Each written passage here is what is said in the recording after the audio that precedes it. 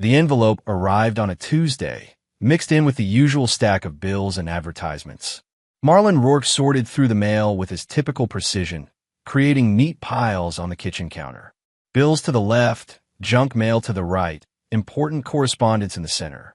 The ritual had become automatic after 8 years of marriage, a small piece of order in an increasingly chaotic world.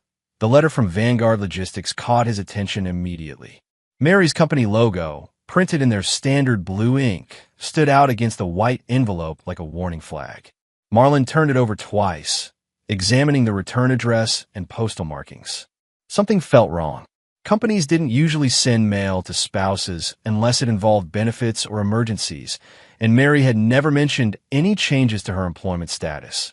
Marlon tore open the envelope and read the contents twice before the words sank in.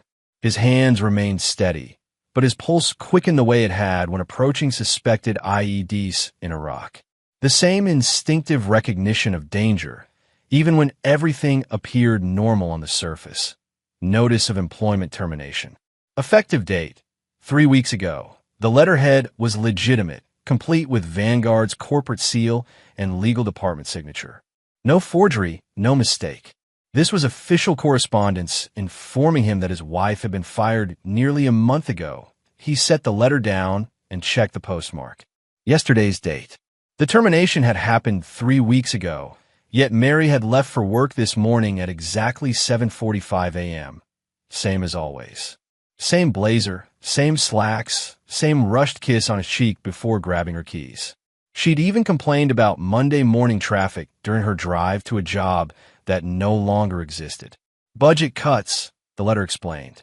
Position eliminated due to operational restructuring. Marlon folded the letter and slipped it into his shirt pocket. His mind worked through the problem like defusing a bomb. Step 1. Assess the situation. Step 2. Identify the threat. Step 3. Neutralize it safely. But this wasn't an explosive device buried in Iraqi sand. This was his wife of 8 years, and he had no idea what she was hiding. When Mary returned home that evening, Marlon was repairing a leaky faucet in the guest bathroom. The methodical work helped him think, each turn of the wrench a counterpoint to the questions spinning through his mind. He heard her keys hit the bowl by the front door, her shoes drop onto the mat with their usual soft thud. "How was work?" he called out, keeping his voice neutral. The question felt like defusing a bomb now, each word carefully chosen to avoid triggering an explosion. "Terrible," Mary replied from the kitchen, her voice carrying the familiar exhaustion of a long day. "Budget meetings all day. Thompson's cutting costs everywhere. I swear that man enjoys making people miserable." Marlon tightened the fitting with more force than necessary. Thompson had been laid off 6 months ago, according to June. Mary's cousin worked in accounting at Vanguard and had mentioned it during Sunday dinner, complaining about how the remaining staff had to absorb his workload. Yet Mary was still using him as her fictional antagonist, apparently forgetting that Marlon paid attention to details. "Sounds rough," Marlon said. He emerged from the bathroom to find Mary heating up leftover pasta. Her blazer hung perfectly pressed on the back of her chair. No wrinkles, no stains. For someone who'd spent all day in budget meetings, she looked remarkably fresh. "How was your day?" Mary asked, not looking at him. "Fixed the Henderson account. Wade called about the shop expansion." "That's nice." Mary stirred the pasta without interest. "I'm exhausted. Think I'll turn in early." She ate quickly, mechanically, then disappeared upstairs. Marlon heard the shower running, then silence. When he checked on her an hour later, she was asleep or pretending to be. He sat in his home office and studied the termination letter again. Clean, official, legitimate. No forwarding information for final paychecks or benefits. The kind of letter that suggested Mary had been walked out immediately. Yet she'd been leaving for work every morning since, returning every evening with stories about meetings and deadlines and office politics. Marlon opened his laptop and pulled up their joint banking account. Mary's direct deposits had stopped 3 weeks ago, exactly matching the termination date. But their checking account showed no signs of financial stress. Bills were still being paid on time. Where was the money coming from? Over the next week, Marlon watched his wife with the same attention he'd once used to spot roadside bombs. Small details that didn't belong. Patterns that broke from normal. The training never really left you. That hyper-vigilance that had kept him alive through 3 deployments. Now he was using those same skills on the woman he'd promised to love and protect. That on Wednesday, Mary forgot her work bag. She was halfway down the driveway before she turned around, hurrying back inside with an embarrassed laugh that sounded forced. "Can't function without my brain," she said, kissing his cheek again before leaving. Her lips felt cold against his skin, but she'd never forgotten that bag before. Mary was organized to a fault. Everything in its place, every routine followed precisely.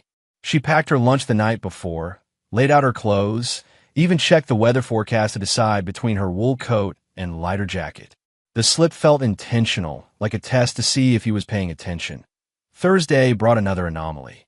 Mary wore running shoes under her dress slacks, claiming her feet hurt from the new policy requiring closed-toe shoes in the warehouse. She moved differently, too, with more energy in her step despite her supposed fatigue from workplace stress. "Since when do you work in the warehouse?" Marlon asked casually, buttering his toast. "Oh, they're making everyone rotate through different departments. Cross-training initiative." Mary poured coffee without meeting his eyes. "Supposed to improve efficiency." But Mary worked in logistics coordination, not warehouse operations. She spent her days at a desk, analyzing shipping routes and vendor contracts. Her hands were soft, unmarked by the calluses that came from handling boxes and operating machinery. Yet now she claimed to be doing physical labor that would leave visible traces. Marlon said nothing. He made coffee, kissed her goodbye, and started his own day as if everything was normal. But his mind was already working through the problem systematically, the way he'd approach a complex explosive device. Identify the components, understand the mechanism, find the safest way to neutralize the threat. That afternoon, he pulled up the driveway camera app on his phone during his lunch break. Their security system tracked every vehicle that entered or left their property, a precaution he'd installed after a series of neighborhood break-ins the previous year. According to the logs, Mary's Honda Civic had been gone for exactly 93 minutes that morning. Her supposed workday lasted 9 hours, yet she was unaccounted for only an hour and a half. The math didn't work. Even accounting for lunch breaks and traffic delays, Mary couldn't be spending 8 hours at a job that took her less than 2 hours to complete. She was going somewhere else, doing something else, maintaining an elaborate deception about her daily activities. Friday evening, Mary came home smiling. Actually smiling for the first time in weeks. The expression transformed her face, erasing the lines of stress and worry that had become her default expression since her termination. "Good day," Marlon asked, studying her face carefully. Finally, had a breakthrough on the Morrison account.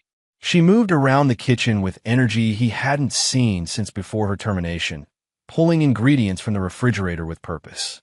"Sorry dinner's late. Lost track of time in meetings." Mary's blouse carried a faint smell of bleach mixed with something else. Wood varnish, maybe, or paint thinner. Sharp chemical odors that had no place in an office building filled with cubicles and conference rooms.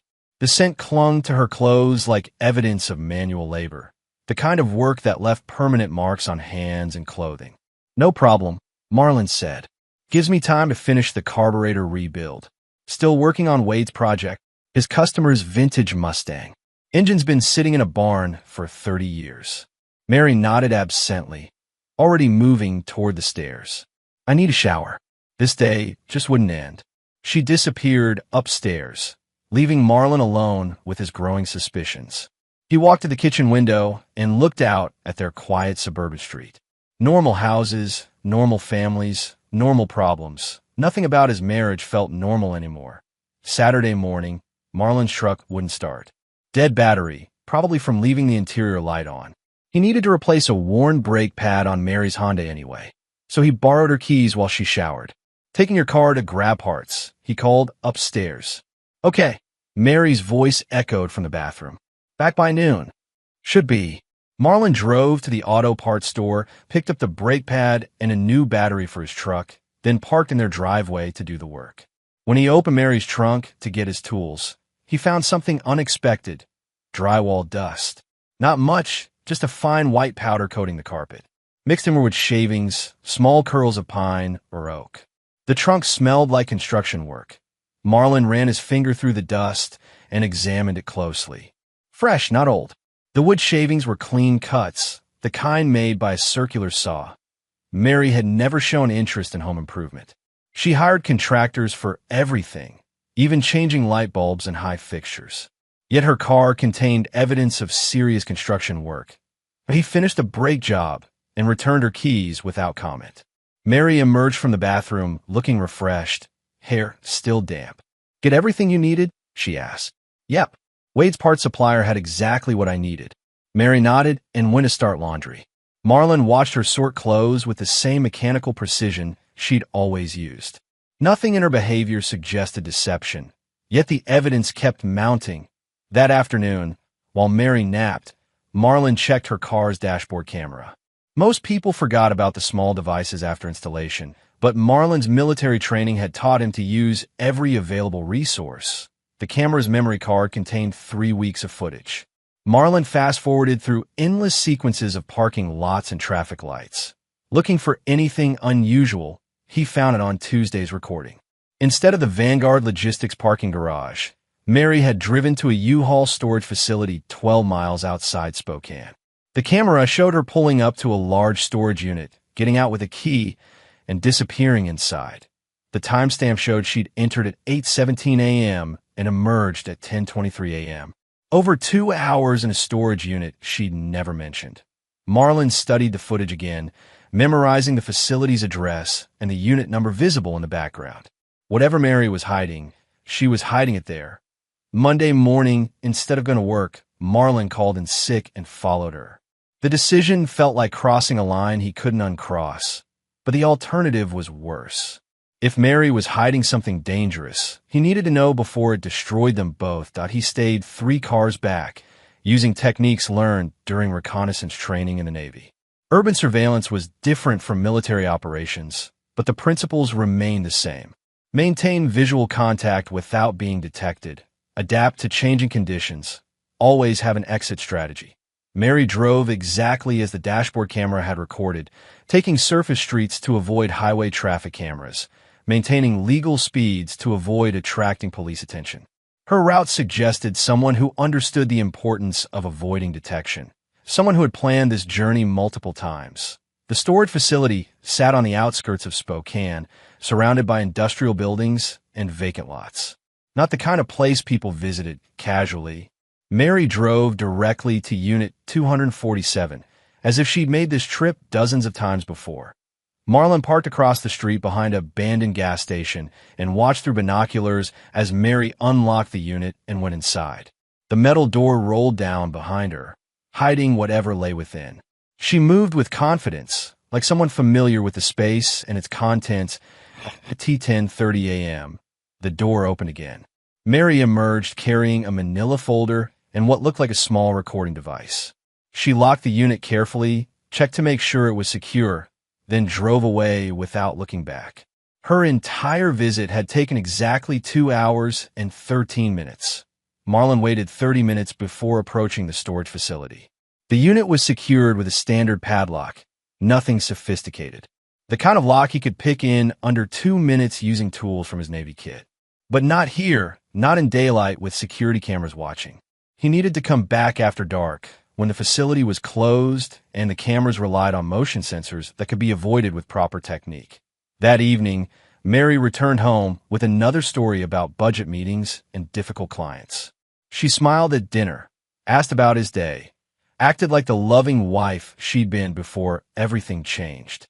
The performance was flawless, but Marlon could see the calculation behind her eyes now. "How's the Henderson project coming along?" she asked, cutting her chicken with precise movements. "Good progress. Should be finished by Friday." "That's wonderful. You worked so hard." The compliment felt like manipulation now, designed to make him feel valued and trusted.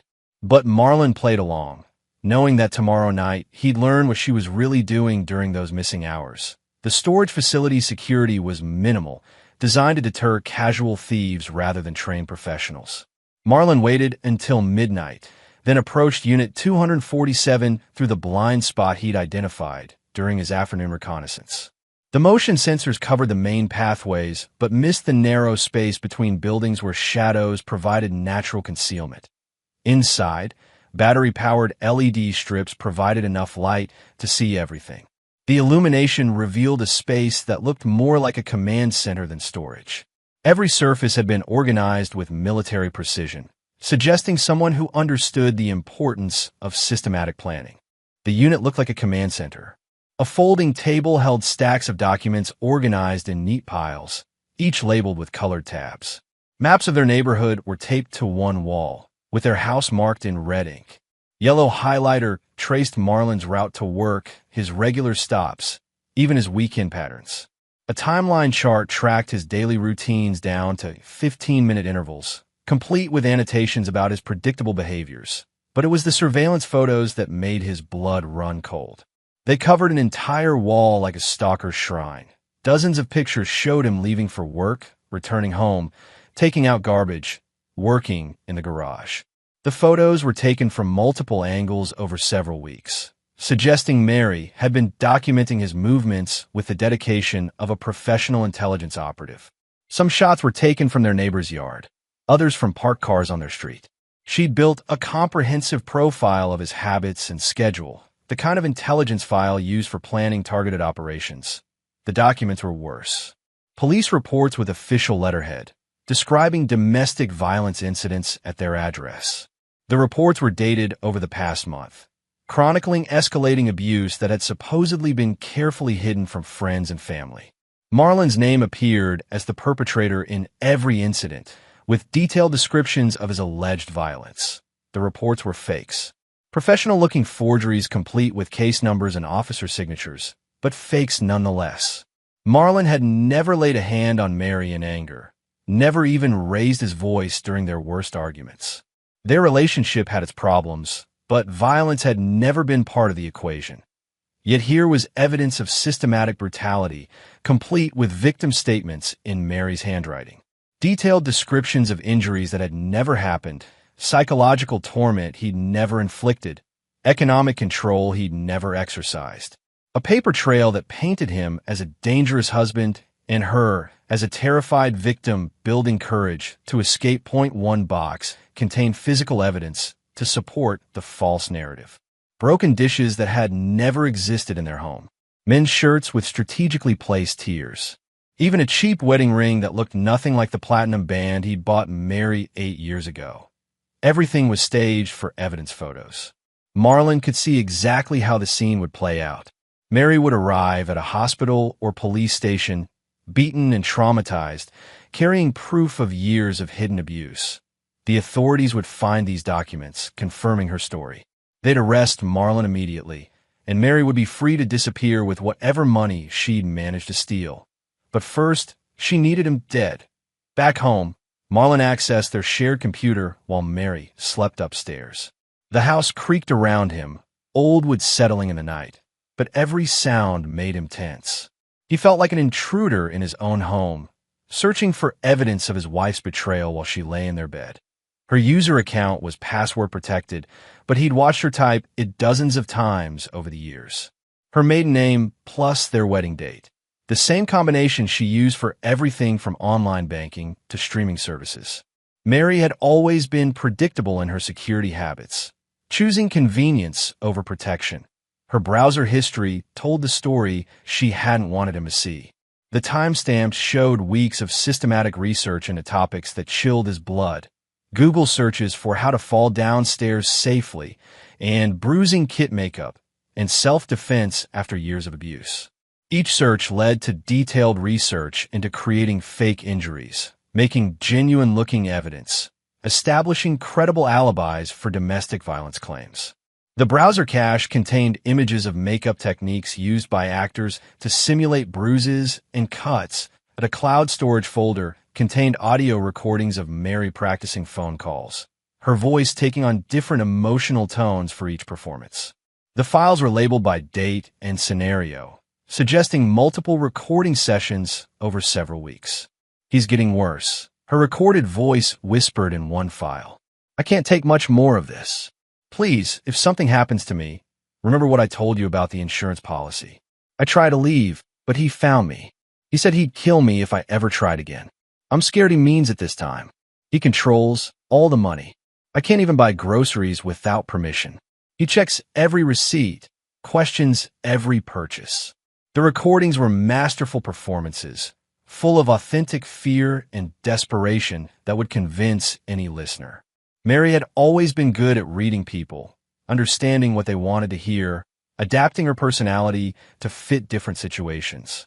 Now she was using those skills to build a case for murder, creating audio evidence that would support her victim narrative. More searches revealed the scope of her planning. Life insurance payout timeline and accidental death versus suicide investigation, and disposing of digital evidence permanently. She'd researched everything from staging accidents to avoiding forensic detection, building a comprehensive guide to committing the perfect murder. She wasn't just planning to leave him. She was planning to kill him and collect his life insurance, then disappear with Kenan to start a new life funded by Marlon's death. The next morning, Marlon activated the GPS tracker he'd secretly installed in Mary's car months ago. Originally meant to help if the car was stolen, now it would show him exactly where she went during her fake work days. The device updated every 30 seconds, providing real-time location data through his smartphone app. The tracker led him to a corporate apartment complex downtown, one of those generic buildings that catered to temporary residents and people who wanted anonymity. Mary's Honda was parked next to a blue Ford pickup truck with Washington plates, positioned as if both vehicles belonged to the same tenant. Through his binoculars, Marlon watched Mary enter apartment 15, using her own key. She moved with the familiarity of someone who'd made this trip many times before, checking her surroundings briefly before disappearing inside.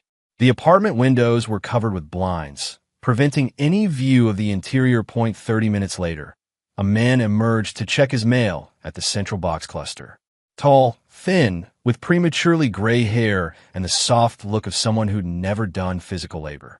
His clothes were cheap but clean, the wardrobe of someone living on a tight budget. Marlon photographed him from multiple angles and ran the license plate through a contact at the DMV.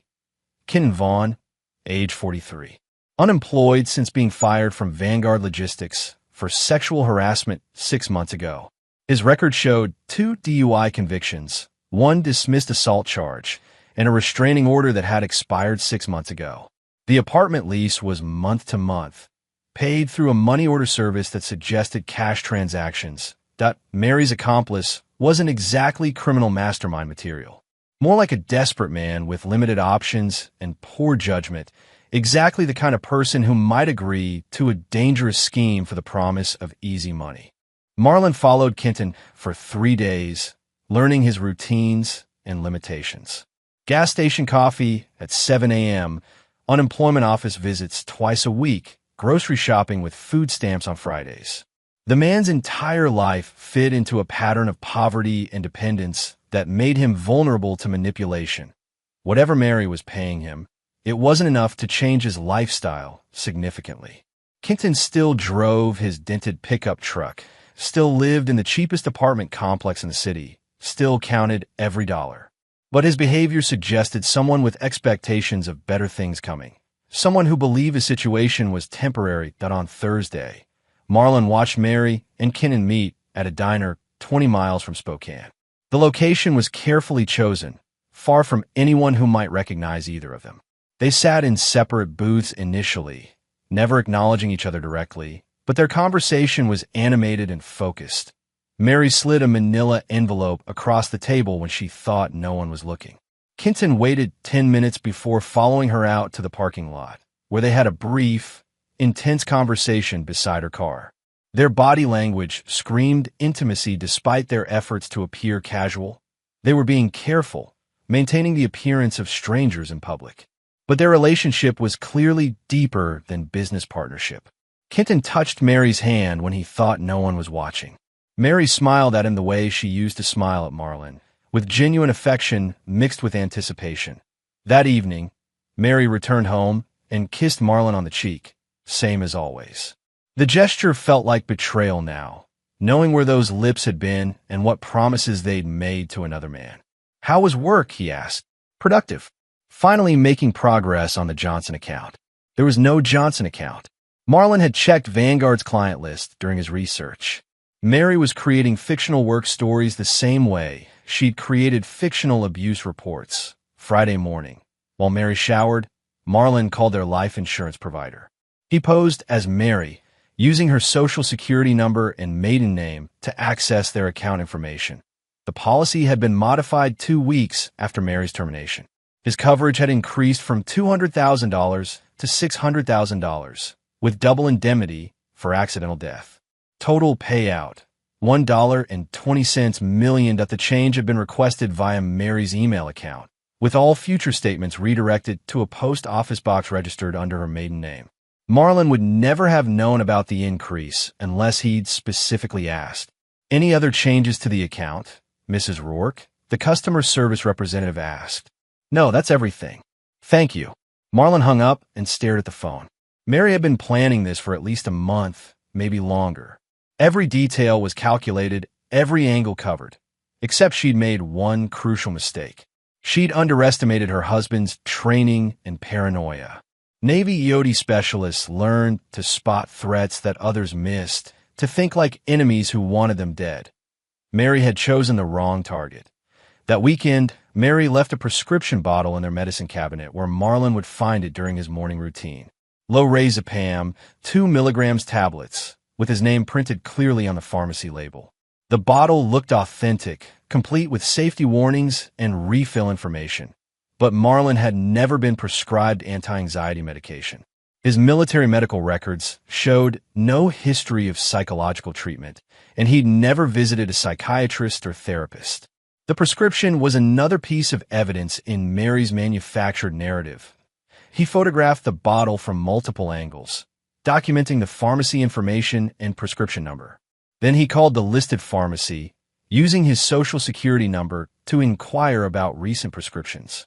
I'm sorry, sir, but we have no record of any prescriptions in your name, the pharmacist explained. Are you sure you have the correct pharmacy? Must be a mistake. Thank you. The bottle was fake, probably ordered online from one of the illegal pharmacy websites Mary had been researching. Another prop in her elaborate performance, designed to support claims about his mental instability and need for medication. Sunday night, Mary made him a sandwich and a glass of iced tea before his weekly football game.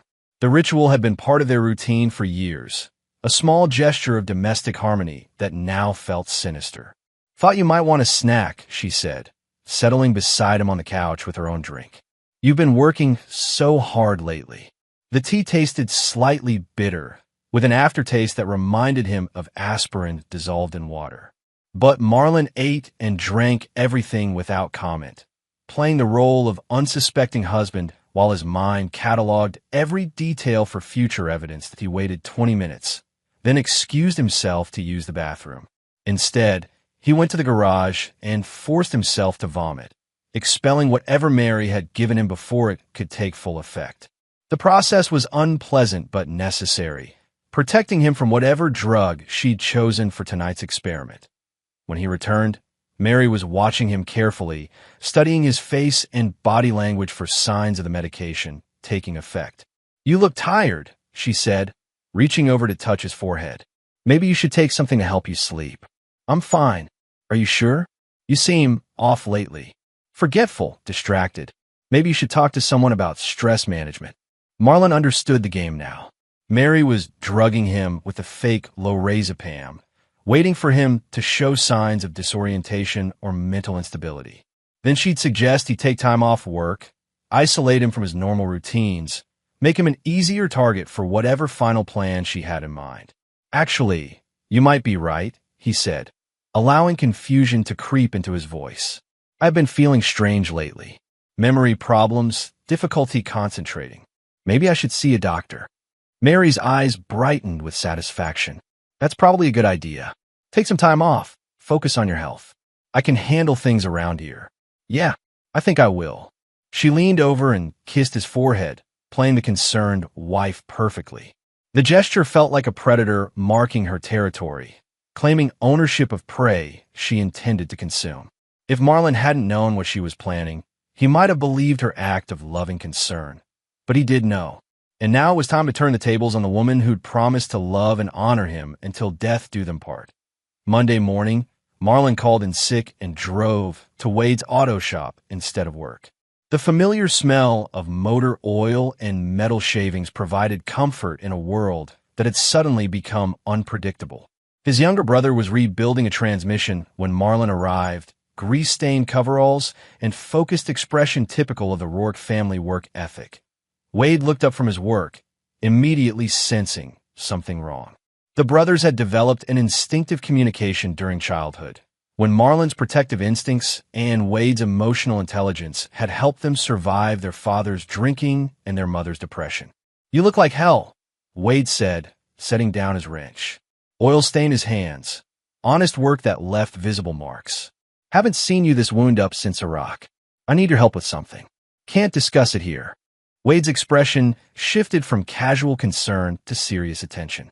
He'd seen that tone from his older brother before, usually when Marlon was preparing for something dangerous. The last time had been when their father had threatened their mother with a loaded shotgun, and Marlon had spent 3 days planning how to disarm him without anyone getting killed. "Give me 10 minutes to finish this. Meet me at the cabin." Yeah. Wade's hunting cabin sat 20 miles outside town, isolated and secure. They'd inherited it from their grandfather, along with 40 acres of forest that provided privacy from neighbors and law enforcement alike. Marlon arrived first and had coffee brewing when Wade's pickup pulled up the dirt road, dust clouds marking his approach. "Talk to me," Wade said, settling into the worn leather chair across from Marlon. The cabin felt like a sanctuary, filled with memories of better times when their biggest concerns involved deer season and fishing licenses. "Mary's planning to kill me." Wade didn't laugh or express disbelief.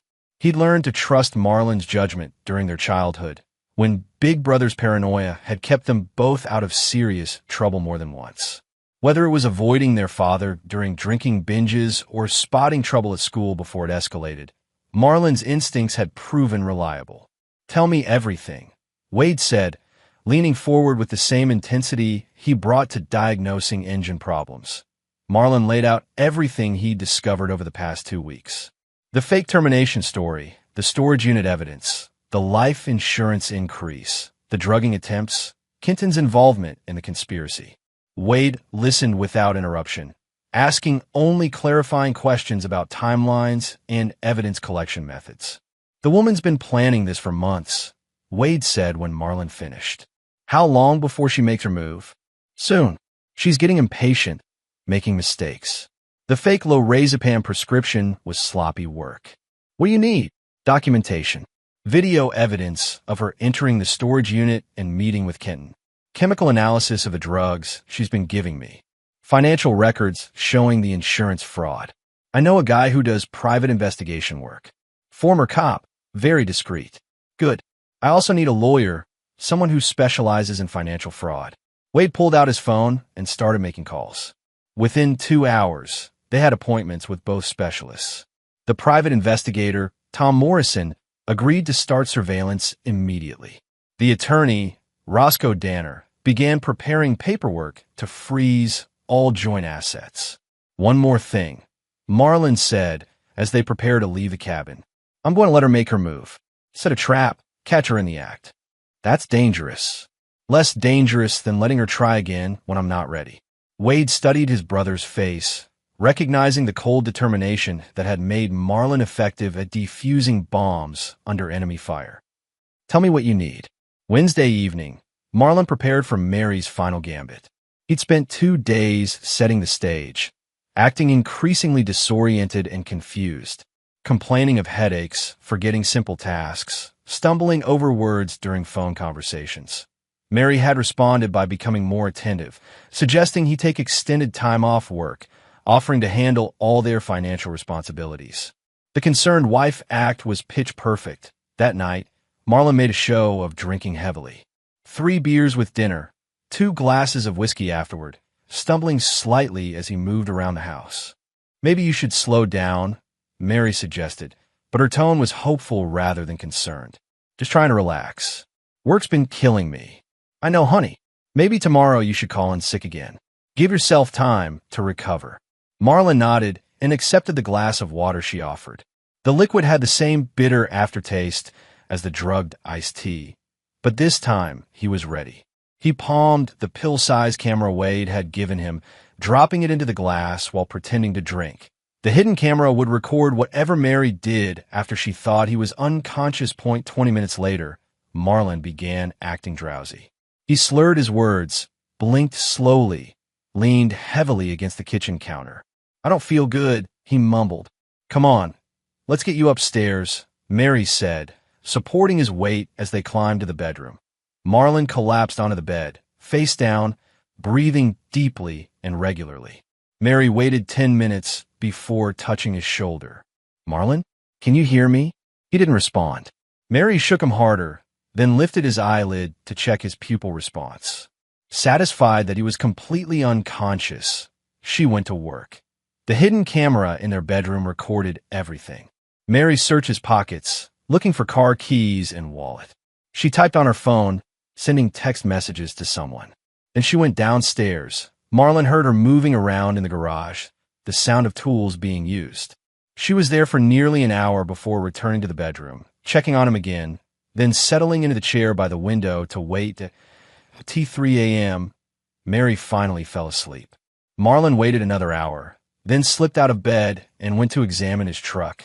The brake line had been loosened, not completely severed. A subtle sabotage that would cause gradual brake failure rather than immediate catastrophe. Mary wanted his death to look like an accident, not an obvious murder that she'd done good work. Without his military training and suspicious nature, Marlon might not have discovered the tampering until it was too late. Instead, he photographed the evidence, then tightened the brake line enough to make the truck drivable. Tomorrow, he'd spring his counter-trap. Thursday morning, Mary woke Marlon with coffee and concerned questions about how he was feeling.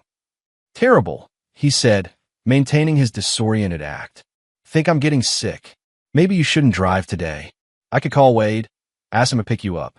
No, I need to pick up parts for the Henderson job. Can't let the customer down. Mary's face showed perfectly calculated worry. Please be careful. You don't seem like yourself lately. The concern in her voice was almost believable.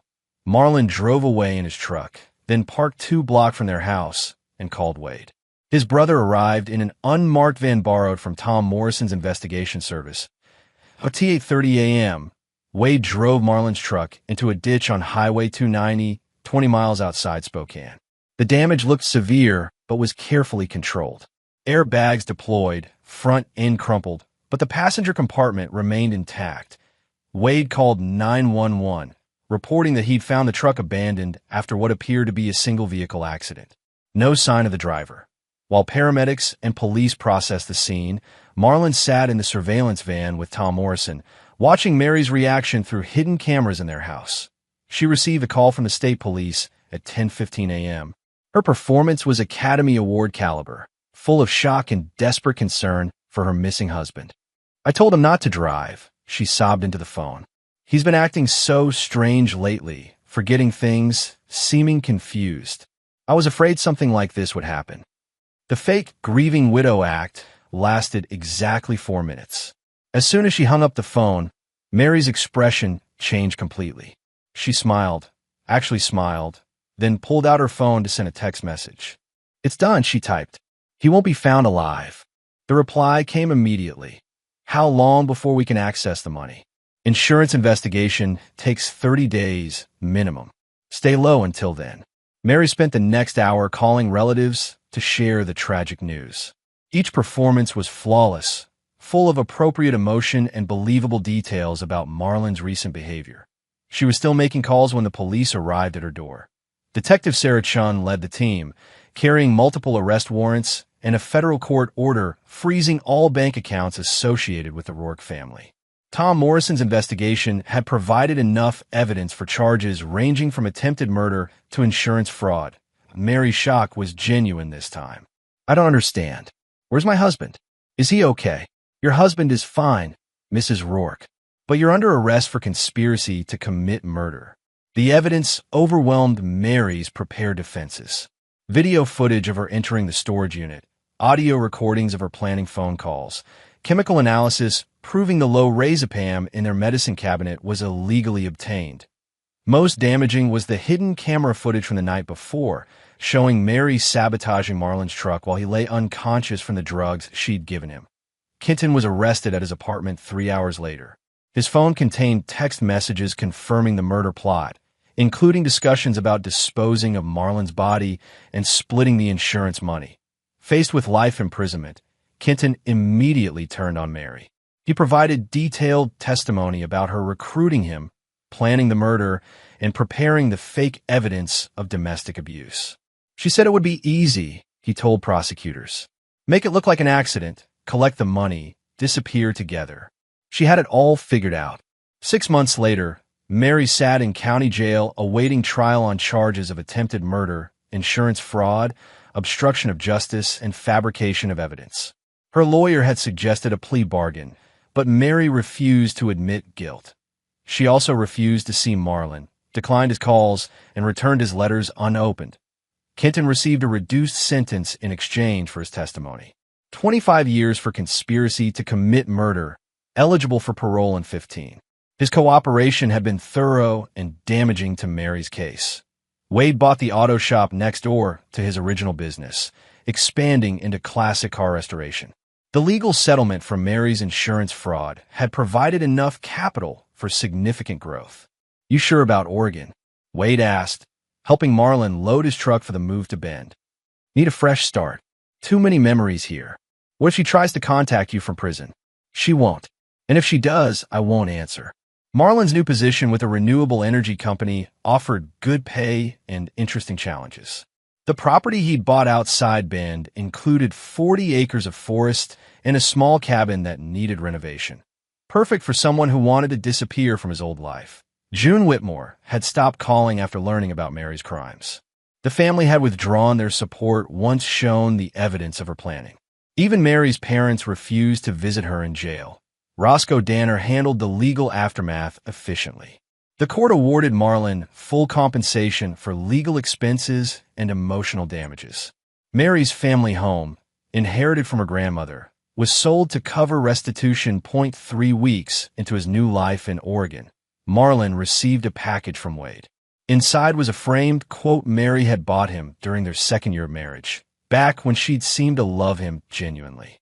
"You can survive anything if you stay still long enough to watch them self-destruct." Mary had meant it as encouragement, but now it felt like prophecy. Marlon mounted the frame in his cabin's main room, where he'd see it every morning. Not as a reminder of Mary, but as a reminder of what he'd learned about survival. He'd trusted her completely, loved her without reservation, built a life around the assumption that she shared his values and commitment. That trust had nearly killed him. Marlon stared at the quote, unsmiling. He'd survived Mary's betrayal, escaped her trap, and built a new life from the wreckage she'd created. But forgiveness wasn't part of his healing process. Some betrayals were too deep, too calculated, too complete for redemption that he'd survived, and he'd never forgive her.